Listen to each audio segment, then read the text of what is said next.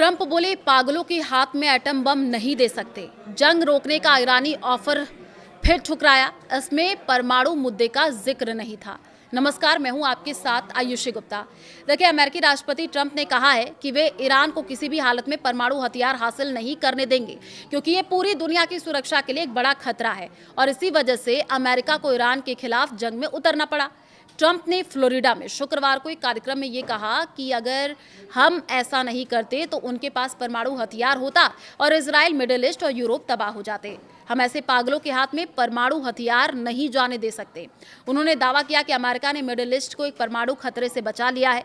Trump ने यह भी कहा कि उन्होंने जंग रोकने के लिए ईरान का ऑफर फिर से ठुकरा दिया है। इससे पहले ईरान 26 और 27 अप्रैल को भी अपना प्रस्ताव भेज चुका है, जिसे वे ठुकरा चुके हैं।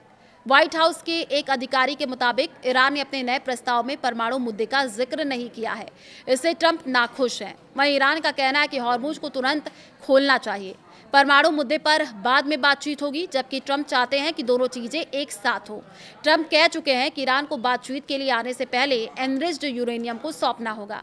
पिछले 24 घंटे के 5 बड़े अपडेट्स। तो संसदीय मंजूरी की जरूरत नहीं। ट्रंप ने ईरान के खिलाफ संभावित सैन्य कार्रवाई को लेकर के कहा है कि उन्हें इसके लिए संसद में इजाजत लेने की जरूरत नहीं है। जो लोग इसकी मांग कर रहे हैं वे देशभक्त नहीं हैं।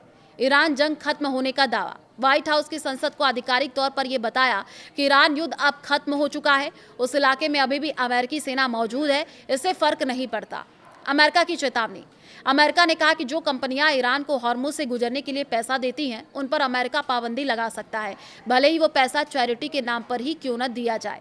जहाजों का ट्रैफिक 90% घटा है। हॉर्मुज में जहाजों की आवाजाही लगभग बंद हो गई है।